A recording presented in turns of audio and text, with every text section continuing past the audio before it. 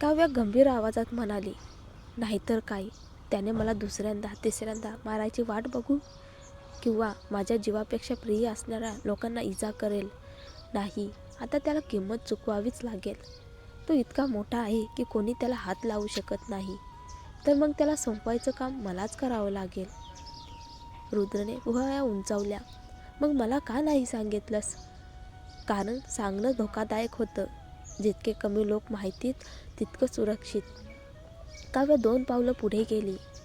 रुद्र, जर तू दिवाण कंपनीमध्ये याच कारणासाठी आला असशील तर मला एकच विनंती. कुणालाही सांगू नको की मी जिवंत आहे. मी खूप कष्टाने त्याच्या जवळ पोहोचले आहे. रुद्राचा जबडा आवळला. प्लॅन काय आहे तुझा? मी त्याच्या अगदी जवळ आहे. कोणालाही संशय नाही. योग्य संधी मिळेल. आणि जर त्याला तुझा पत्ता लागला तर? काव्य शांतपणे म्हणाली.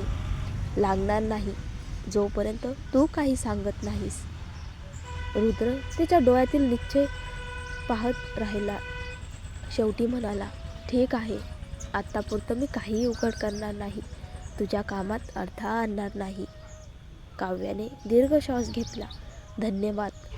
रुद्र मात्र थंड आवाजात म्हणतो, पण हे संपल्यानंतर आपण दोघंही आपापले हिशोब मांडू. काव्या कडू हसली. मला माहीत आहे. दुसऱ्या दिवशी काव्या कंपनीत आली, पण फेना दिसेना. ती तिच्या जवळच्या मुलींना विचारते, फेना कुठे आहे? एकजण चिडून म्हणाले, तुला का एवढी काळजी? तिने सुट्टी घेतली या.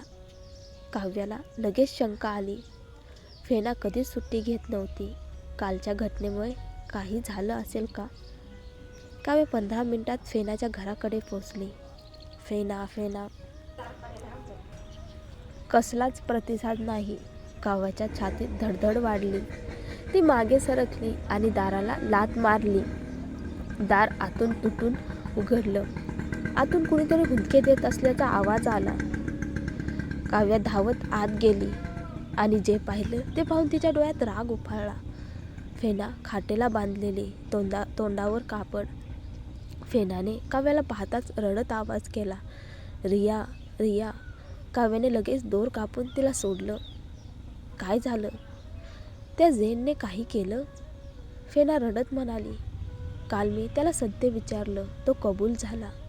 पण मी घटस्फोट मागितल्यावर त्याने मला बांधून टाकलं. मला जाऊ दिलं नाही. काव्या तिला मिठीत घेते. चल आधी इथून निघ. इतक्यात दाराबाहेर झेनचा संतापलेला आवाज आला. तू माझं घर उद्ध्वस्त केलंस.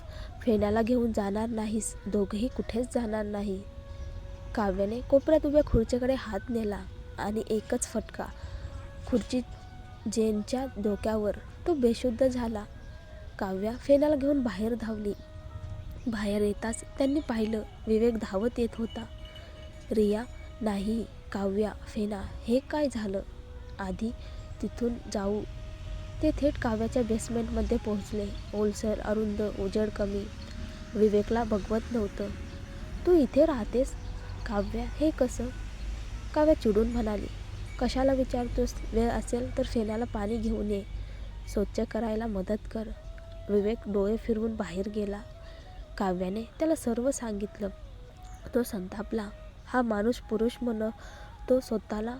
फेना, त्याच्यासोबत राहण्याची किंमत वाटून घेशील. फेना मान हलवते. पण माझी सामान तिकडे आहे. नक्की घेऊ. तो कोण आहे थांबवणारा? विवेक म्हणाला. काव्या, विवेक आणि त्याचे बॉडीगार्ड्स फेनासोबत पुन्हा तिच्या घरात गेले. फेनाने दरवाजा उघडताच झेन बाहेर आला. परत आलीस? मला मारून तुम्हाला सुट्टी मिळणार नाही. पण मग त्याने विवेक आणि 2 उंच बॉडीगार्ड्स पाहिले. झेन धिजला. विवेक थंड आवाजात म्हणाला, सगळं सामान घ्या आणि हा मध्ये आला तर चेहरा मोडून टाका. झेन ओळखून गेला. हा तोच सेलिब्रिटी ज्याचे फोटो फेना दाखवत असे, ज्यावर तो हसायचा. तुला वाटतंय तू त्याला ओळखतेस? स्वप्न बघ. आणि आज तो त्याच्यासमोर उभा होता. 2 बॉडीगार्ड्स आत गेले. सामान भरण्यास सुरुवात झाली. झेन फेनाच्या पायाशी कोसळला. माफ कर, मला घटस्फोट नको होता. मी तुझ्यावर प्रेम करतो. मला सोडू नकोस. काव्याला वाटलं फेना कदाचित नरम पडेल, पण फेनाने त्याच्याकडे रोषाने पाहिलं. आईने सांगितलं होतं, तू नालायक आहेस. मीच मूर्ख होते, तुझ्याशी लग्न करून इतक्या दूर आले. आता काहीच उरलं नाही. फेनाने काव्याचा हात धरला आणि बाहेर पडली. झेन ओरडला, तू गेलीस तरी मी घटस्फोट देणार नाही. रिया, तू माझं घर मोडलंस, तुला सोडणार नाही.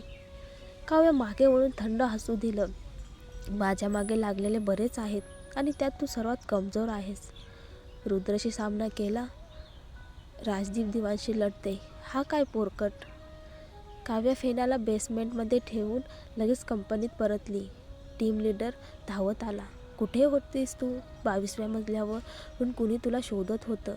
22वा मजला? मला का? टीम लीडर हसला. त्या दिवशी तू रुद्रची स्त्री लीला, तिला चिडवलं होतंस ना? बहुतेक तिचंच काम असेल. जा पटकन वर. काव्याचा श्वास रोखला. हो, ती खरंच लीला होती.